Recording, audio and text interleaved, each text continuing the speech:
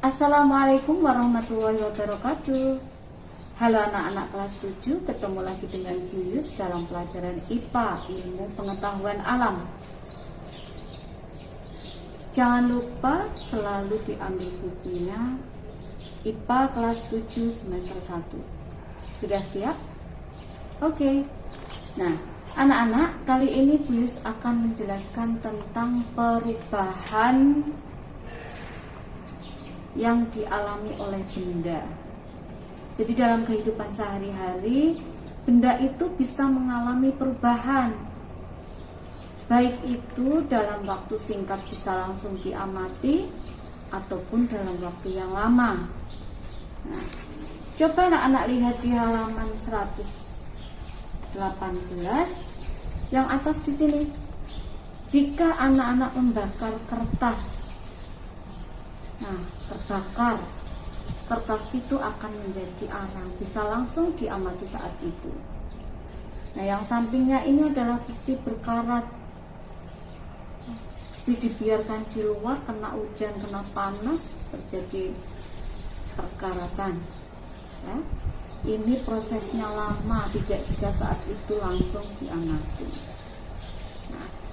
Perubahan ini itu berpengaruh dari apa? Karena dari sifat-sifat yang dimiliki oleh benda tersebut.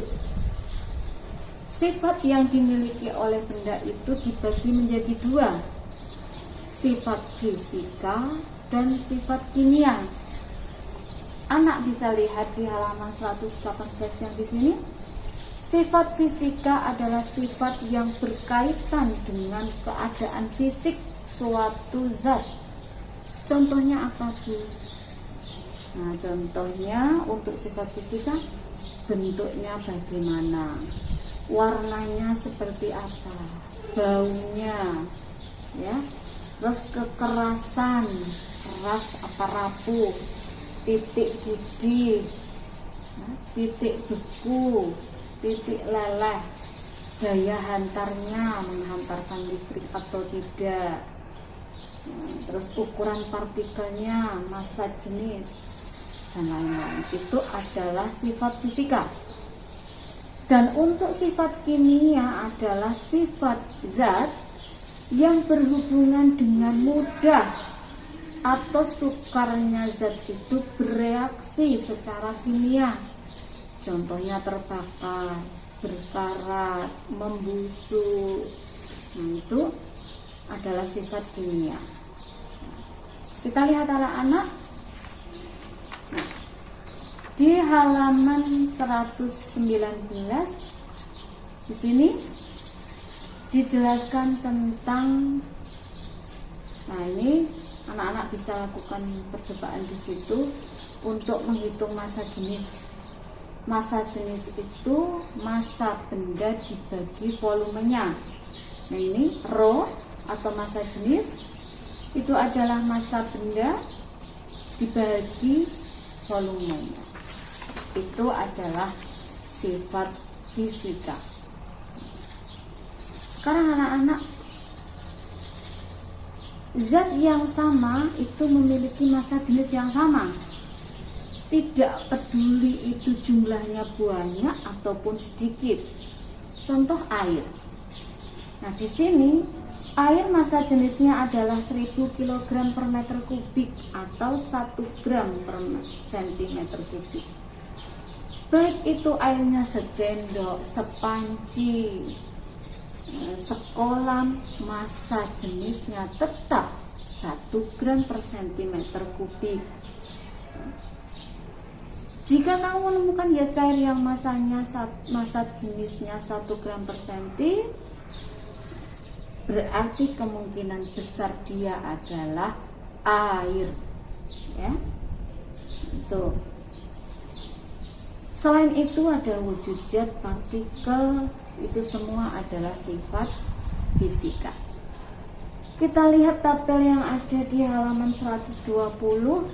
Massa jenis berbagai zat itu berbeda-beda. Yang sering ada di soal-soal anak SMP biasanya adalah massa jenis air 1000 kg per meter kubik atau 1 gram per cm kubik ini di sini, atau alkohol 790 kg per meter kubik atau 0,79 gram per cm kubik. Nah, minyak, es, dan semua data yang ada di sini bisa anak pelajari. Oke anak-anak, ini adalah tabel massa jenis setiap zat. Berikutnya, ini halaman 121. Kita coba perhatikan. Edo menemukan sebongkah logam. Dia penasaran, logam apa ya? Setelah dipikir-pikir, jangan-jangan emas. Kemudian dia menimbang, ternyata masanya 312 gram. Dengan gelas ukur, Edo mengukur volumenya. Masih ingat kita pengukuran? Untuk mengukur volume, ini volume tabung sebelum ada bendanya. Berapa? Sesudah ada bendanya berapa? Tinggal dikurangi. Ini adalah volume benda. Nah, langkahnya bagaimana, Bu? Masanya sudah ada 312. Volumenya tinggal dikurangi. Ini 100 dikurangi 60 berarti 40 ml atau 40 cm kubik. Bagaimana Bu menentukan jenis logamnya? Kita hitung dulu massa jenisnya. Nah, ini rho massa jenis sama dengan massa dibagi volume. 312 dibagi 40 itu 7,8 gram per cm kubik. Kesimpulannya, berarti dia apa? Dengan membandingkan hasil ukuran massa jenis ini, nah, dengan tabel yang ada di sini, ternyata yang paling mendekati adalah apa anak-anak? Nah, di sini ya, yang paling mendekati logam itu adalah besi 7.900 atau 7,9 gram per cm. Berarti jenis logam itu adalah logam besi. Nah, itu ya anak-anak. Nah, yang berikutnya mari kita lihat di halaman 122. Yuk kita jelajah. Nyamuk meletakkan dan menyimpan telur-telurnya di permukaan air, ngambang ya dia. Kemudian dia menetas menjadi jentik-jentik nyamuk. Nah, untuk memahami nyamuk di permukaan air tergenang, silahkan disemprot dengan obat pembasmi serangga yang memiliki massa jenis lebih kecil dari massa jenis air. Membasmi serangga tersebut akan berada di permukaan air dan mampu membasmi jentik-jentik nyamuk ini.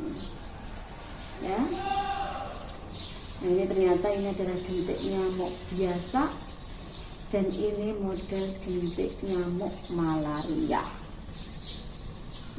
Anak-anak, sekarang kita lanjut. Nah, langsung saja di sini perubahan fisika. Perubahan fisika adalah perubahan zat yang tidak disertai dengan terbentuknya zat baru. Ya, jadi dia nggak menghasilkan zat baru. Contohnya air menguap, es melebur, ya, dia tidak menghasilkan zat baru. Ini baik dalam bentuk padat maupun dalam bentuk cair, baik itu tadi es batu meleleh jadi cair atau air membeku jadi es batu atau air mendidih menguap, semuanya tetaplah air, ya, yaitu H2O. Perubahan fisika ini tidak menghasilkan zat baru. Contohnya menguap, mengembun, mencair, membeku, menyublim, melarut, dan yang lainnya. Sekarang bagaimana dengan perubahan kimia? Anak-anak bisa lihat di sini. Perubahan kimia adalah perubahan zat yang dapat menghasilkan atau membentuk zat baru dengan sifat kimia yang berbeda dengan zat asalnya. Contoh, perhatikan kayu yang dibakar. Kayu warna coklat dibakar jadi arang. Kayu sebelum dibakar dia mengandung serat selulosa, tetapi setelah dibakar dia jadi arang mengandung karbon. Beda kan? Setelah dibakar dengan sebelum. Berarti pembakaran kayu itu menghasilkan zat baru dari berbeda dengan zat asalnya. Nah, itu termasuk perubahan kimia. Contoh lain adalah perkaratan besi. Besi sebelum berkarat itu mengandung unsur Fe. Masih ingat kemarin unsur ferrum? Itu besi lambangnya Fe. Tetapi setelah berkarat dia berubah menjadi senyawa Fe2O3. Ada oksigen dan H2O. Ini berarti menunjukkan bahwa perubahan kimia itu menghasilkan zat baru. Nah, berlangsungnya perubahan kimia dapat diketahui dengan ciri-ciri. Yang pertama, dia terbentuk zat baru. Yang kedua, terbentuk gas. Yang ketiga, bisa terbentuk endapan. Yang keempat, ada perubahan warna. Dan kelima, terjadi perubahan suhu. Ini contoh di samping ini adalah gambar pembakaran kembang api. Kembang api yang dibakar itu termasuk perubahan kimia. Nah, mari kita lihat satu persatu tentang perubahan kimia, ciri-cirinya tadi. Yang pertama adalah pembentukan gas. Gimana itu, Bu? Nah, di sini. Nah, contoh yang ada di sini adalah reaksi magnesium dan asam klorida menghasilkan magnesium klorida dan gas hidrogen. Yang terbentuk adalah gas gelembung kecil. Gas yang terbentuk itu adalah gas hidrogen. Contoh, pada proses reaksi elektrolisis air, H2O menjadi hidrogen dan oksigen. Ini pembentukan gas. Itu termasuk perubahan kimia. Yang kedua, pembentukan endapan. Nah, ini. Reaksi pengendapan adalah reaksi yang menghasilkan suatu senyawa yang berbentuk padatan, mengendap padat. Padatan tersebut tidak larut atau tidak bercampur secara homogen dengan cairan di sekitarnya. Itu yang disebut dengan endapan. Contohnya adalah di sini. Barium klorida tambah natrium sulfat, dia akan menghasilkan endapan putih. Itu dari barium sulfat dan natrium klorida. Jadi bergabung. Reaksi pembentukan endapan yang lain contohnya adalah reaksi timbal nitrat dengan natrium iodida, dia akan menghasilkan timbal iodida yang berwarna kuning. Selain itu, perubahan kimia juga dicirikan dengan adanya perubahan warna. Contoh yang terjadi pada reaksi antara tembaga sulfat, ini cuprum tembaga sulfat SO4 dengan air. Hasilnya apa, Bu? Warna tembaga sulfat putih. Apabila ditambahkan air, nanti warnanya berubah jadi biru. warna biru tersebut adalah senyawa baru dari tembaga sulfat dan air tadi, CuSO4 5H2O. Terjadi perubahan warna. Yang berikutnya terjadi perubahan suhu. Contoh, terjadi perubahan energi panas. Terjadinya perubahan kimia yang ditandai dengan perubahan energi panas atau aliran kalor dari atau ke lingkungannya. Akibatnya apa? Suhu hasil reaksi yang terjadi bisa lebih tinggi atau lebih rendah dari suhu reaksinya.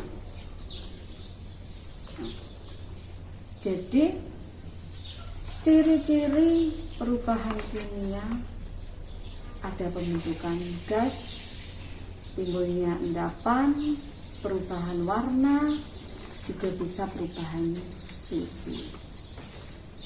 Nah, anak-anak, dan terbentuk zat baru itu tadi. Ya, sekarang kita lihat di halaman 128. Contoh yang ada di tabel ini. Apa saja perubahan fisika? Kita lihat yang pertama. Beras diubah menjadi tepung.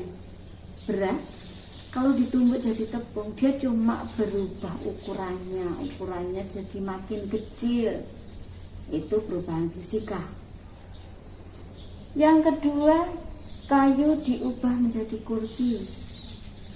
Kayu cuma dirubah bentuknya, tetap kayu, cuma dirubah dalam bentuk kursi. Jadi dia berubah bentuk, juga perubahan fisika. Yang nomor tiga, gula dilarutkan dalam air, cuma larutan, nggak ada perubahan warna, nggak ada perubahan endapan, dia larut, itu juga fisika. Bola lampu listrik menyala, perubahan fisika. Dan yang terakhir ini, air menjadi es, taruh di freezer, itu proses membeku, perubahan wujud. Ini adalah contoh perubahan fisika. Nah, kita lihat perubahan kimia contohnya apa, Bu? Ini yang pertama adalah singkong menjadi tape. Singkong tela, proses peragian dia jadi tape, rasanya udah berubah jadi kecut. Timbulnya zat baru ini ciri dari perubahan kimia. Yang kedua, pembakaran kayu. Kayu dibakar, dia jadi arang, muncul zat baru. Makanan basi, daun busuk, jamur. Susu diubah menjadi keju, udah berubah. Susu kamu minum biasa, terus berubah jadi keju, strukturnya udah berubah. Itu terjadi perubahan kimia. Dan yang terakhir, perkaratan besi. Besi yang tadinya mulus, bahannya ferrum, Fe, terus berkarat karena ada unsur lain yang masuk dalam besi itu. Nah, itu anak-anak, perubahan fisika dan kimia semoga bisa dipahami. Kita ketemu lagi pada materi yang berbeda. Assalamualaikum warahmatullahi wabarakatuh.